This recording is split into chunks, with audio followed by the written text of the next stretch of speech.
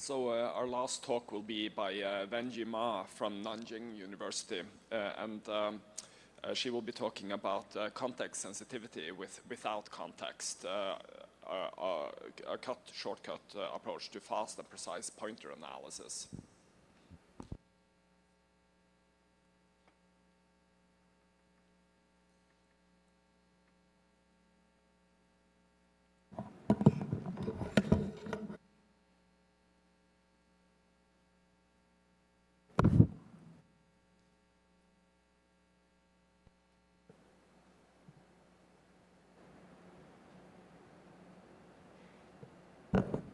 So good afternoon, everyone. I am Wenjie from an undergraduate from Nanjing University, and today I'm here on behalf of all the courses listed here to talk about our work, Context Sensitivity Without Context, a cut-shortcut approach to fast and precise point analysis. As you may know, context sensitivity has long been considered as one of the most effective ways to improve precision for point analysis, which applies context to methods and heap objects. It's fast, is precise but slow or even unscalable for large programs.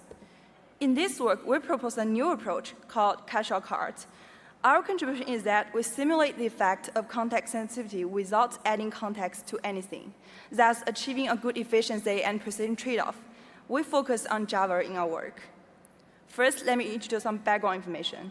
Point analysis is a fundamental static analysis, which determines a set of objects that a pointer may point to during dynamic execution.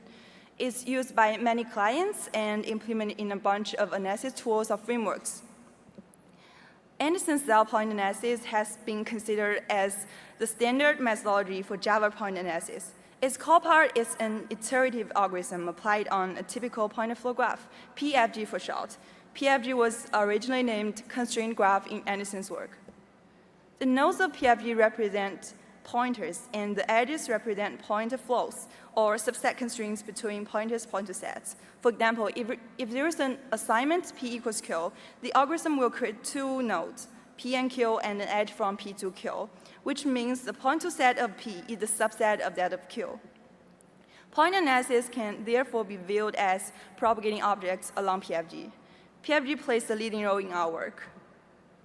So when performing Anderson's algorithm, one key factor we should consider is context sensitivity. Here is a simple program, and I will use it to demonstrate several different analysis algorithms. In this program, two lines called the method identity, which simply returns its one and only parameter P. If no context are applied, it means context-insensitivity, CI for short. CI treats all calls to a same method indiscriminately. Like in the example, the dynamic instantiations of method identity called by lines 8 and 11 will be treated as the same one.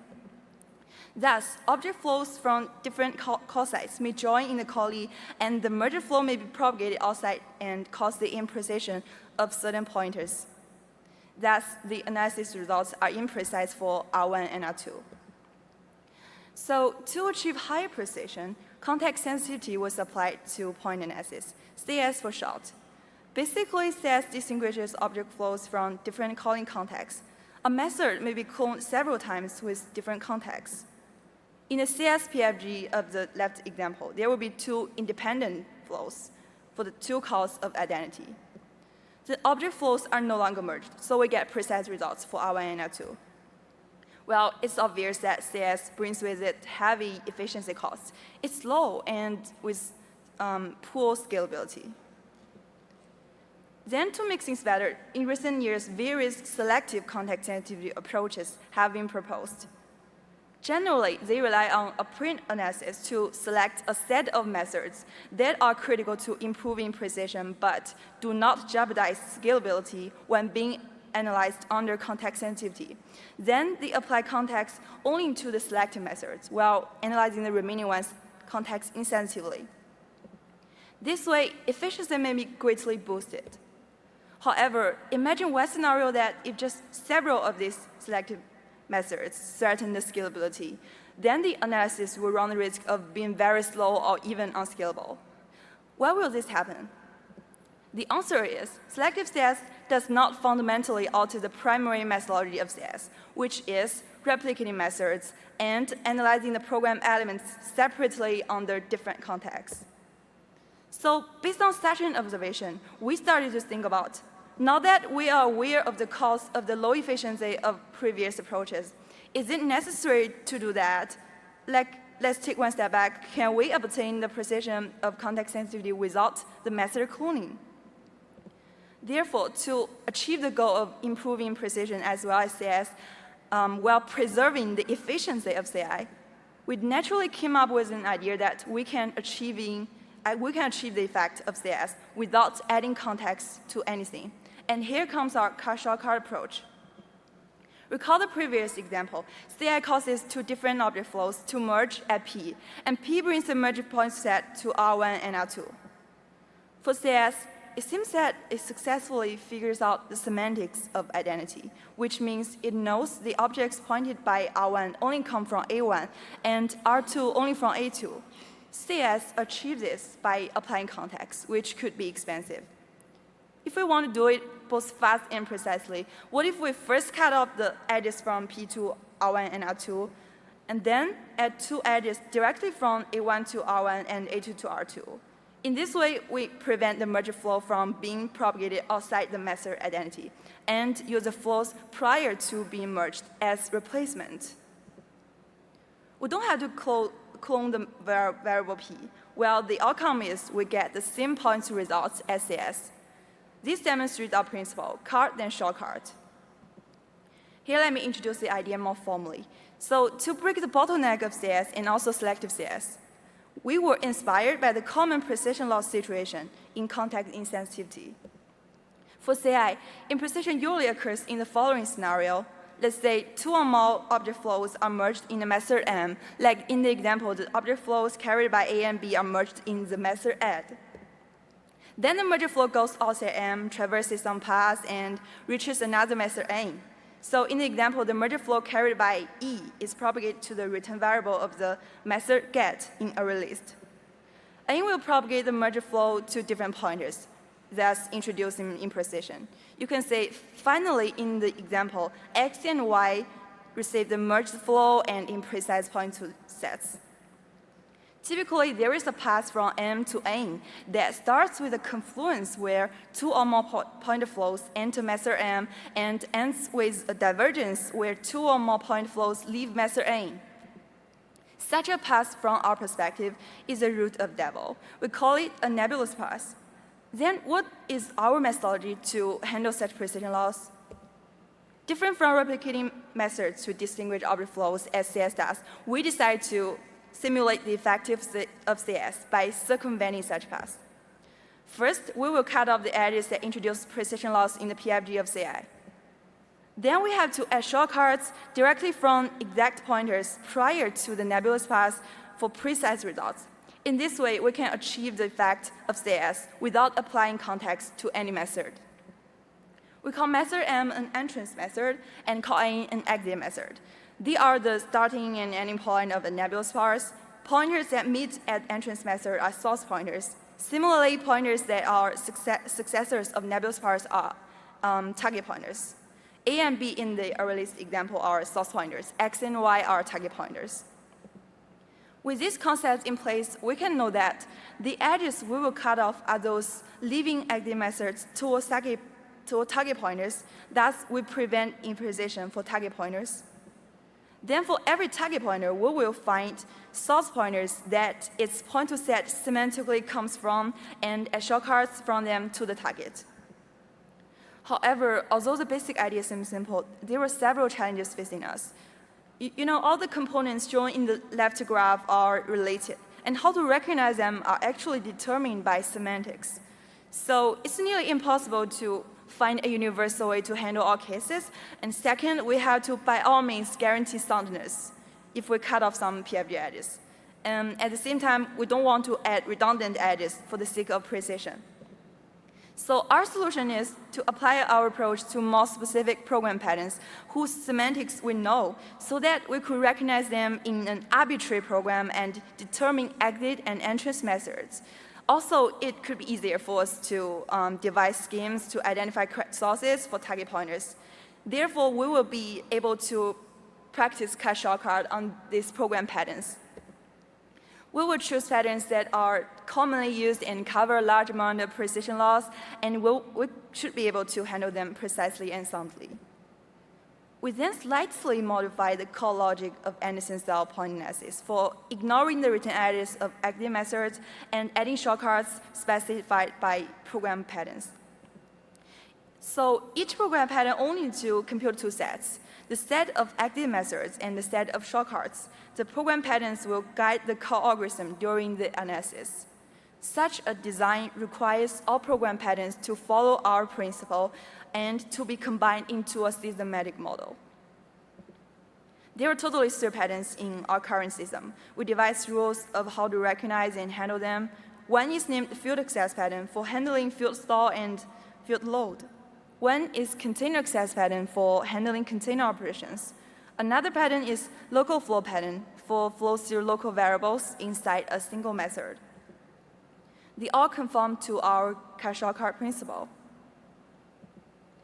Then, in order to comprehensively evaluate our approach and validate its effectiveness, we have implemented 2 versions of cache shortcut together with the 3 patterns, one on declarative dupe written in Datalog and the other on imperative tagger written in Java. To trust the reliability of the efficiency bandwidth we gain, we conduct a group of recall experiments together with the proof sketch in the paper to show the soundness of cache shortcut in our implementations. We compare its efficiency and precision with a variety of point analysis, including CI, conventional CS, two-object and two-type, and state-of-the-art selective CS approach, Z/E. At that set, we have implemented 2 versions of cache shortcut. The dupe one contains around 100 rules for the core algorithm, while the tagger one contains around 2,000 lines of Java code. We provide our source code in the artifact. We use 10 large and complex Java programs as benchmarks, among which 2 are from the standard da capo benchmarks and 8 are real-world applications. All the experiments were conducted for both of the 2 implementations. We measure the efficiency via the running time of analysis and measure the precision via 4 reliable client analysis and their corresponding precision metrics. The analyzed programs and precision metrics are all widely used in recent literature. Now let's see the evaluation results and whether they meet our expectations. First and most important is soundness. In the recall experiments, we execute all the evaluated programs and record the dynamic reached methods and call graph edges. Then we check how many of them can be over-approximated by static analysis. The results show that cache shortcut is able to achieve the same recall as another sound point analysis, the blue shade in the graph. Therefore, our experimental results are reliable. Then for the 10 analyzed program, cache shortcut is able to scale for all the programs on both frameworks as CI. However, Z/E can't scale for 2 programs on dupe, and two-type and two-object are even less scalable. This demonstrates the superiority of cache shortcut. Then let's see the running time chart. The leftmost bar is cache shortcut for each benchmark. In summary, we can see that cache shortcut is very efficient. It even runs faster than context-insensitivity for most of the benchmarks. Not to mention the speed of it to conventional and selective CS. So we think cache shortcut exhibits superb efficiency. When it comes to precision, cache shortcut also demonstrates promising results. For each of the 4 metrics, shorter bar means better precision. We use CI as baseline. Cache shortcut is the leftmost bar, and it achieves higher precision than Z/E and two-type for the metric fieldcast, and achieves comparable precision for the other metrics. By now, combining the results of efficiency and precision, this is for the first time that we have been able to achieve such a good precision and efficient trade-off for those hard-to-analyze Java programs. Finally, to conclude, in this work, we present a new point analysis approach called cache shortcut. Its overall principle is to cut off PFG edges that introduce precision loss and add shortcut edges connecting source and target pointers. We specify cache shortcut by designing 3 program patterns and implement them on 2 diverse frameworks. The experimental results show that cache shortcut achieves the effect of CS while staying as efficient as CI. In the future, we expect more program patterns or insights to be explored on top of cache shortcut. By the way, I will be applying for PhD program starting from fall 2024. If you have some opportunities, I will be more than happy to hear from you. Thank you.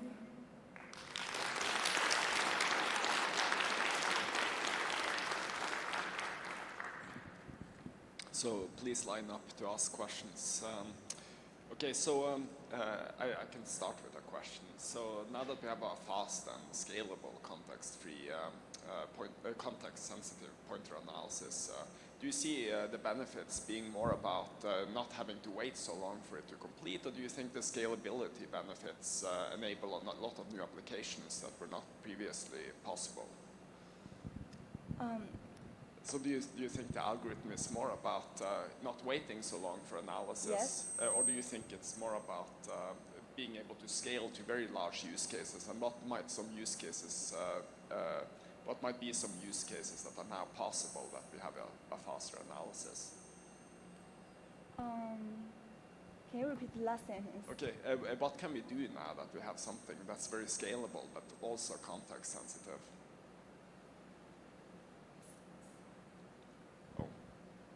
Maybe I'm not. So are there new things we can do with this pointer analysis now that we have one that's very scalable? Like what kind of applications can we do? I'm sorry, just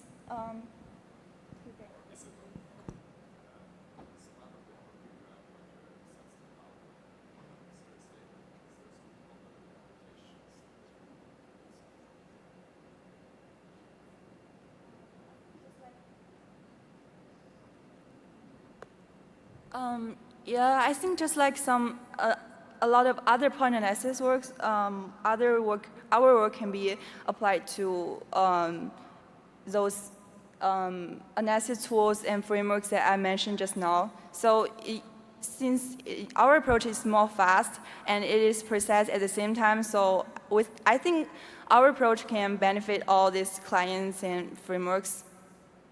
Thank you.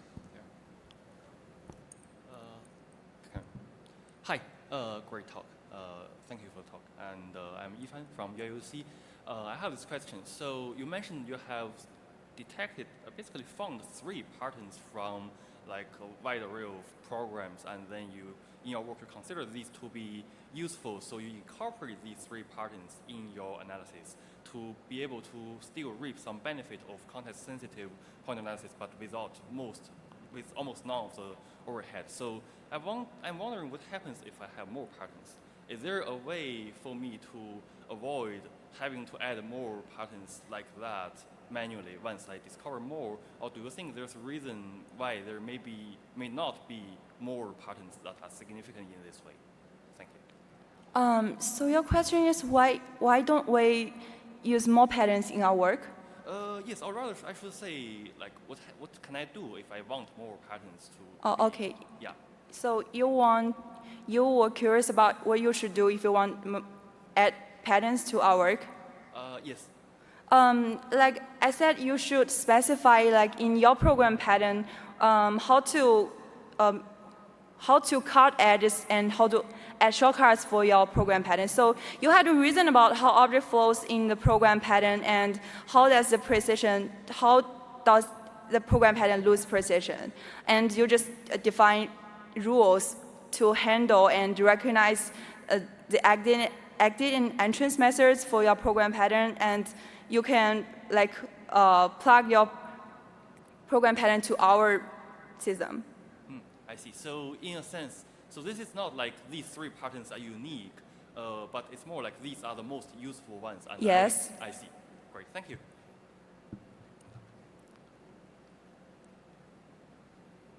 Hi. Nice talk. David Pichardi from Meta. Another way to have context sensitivity is to use a compositional analysis. So in a compositional analysis, you analyze your method without taking into account the context. But at call site, you are able to use a summary of the callee and combine it with the call site information. And I wonder if when you apply this summary, it looks like a shortcut, in fact. So I wonder if you have considered a compositional analysis technique, or at least if you have tried to understand how they compare this technique of applying a summary and your very interesting technique of shortcuts. So your question is, what's the difference between the summary and shortcut? Yes, difference and similarities. Yeah.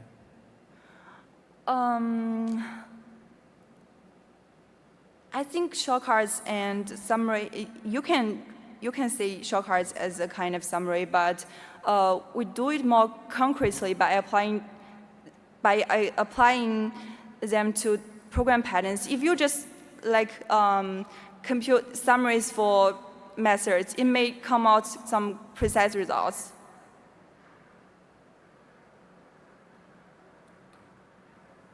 Okay, thank you. Okay, let's thank the speaker again.